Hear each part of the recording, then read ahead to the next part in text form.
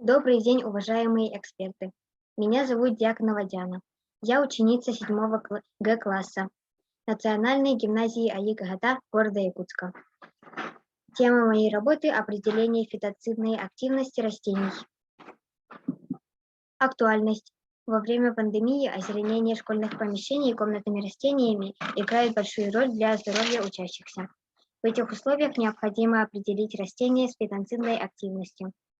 Цель – изучение фитоцидной активности растений и овощей. Задачи – изучение литературы о фитоцидах, овладеть методиками определения фитоцидной активности, исследовать влияние на микроорганизмы и плесневые грибы. Изучение литературы. Культура инфузорий получена из вытяжки репчатого лука. Для этого в банку помещают одну луковицу лука, заливают до половины водой, прибавляют немного почвы из горшка и держат при комнатной температуре 5-6 дней. Эксперимент номер 1. Выявление протистоцидных свойств. Определение дистанционной фитоцидной активности комнатных растений по Докину. Вывод. Наибольшая дистанционная фитоцидная активность проявляется у диффенбахии, плюща и пеларгонии. Эксперимент номер 2. Изучение антифунгицидных свойств и фитоцидных растений. Рейтинг растений по антифунгицидной активности. Вывод. По сравнению с контролем у всех растений появились признаки плесени или плесень. Рейтинг. Фунгальные свойства имеют чеснок, герань душистая, китайская роза. Эксперимент номер 3. Изучение бактерицидных свойств и фитоцидных растений. Для этого мы мелко нарезали листья растений и равные кусочки мяса поместили в пробирки. Вот таблица опыта.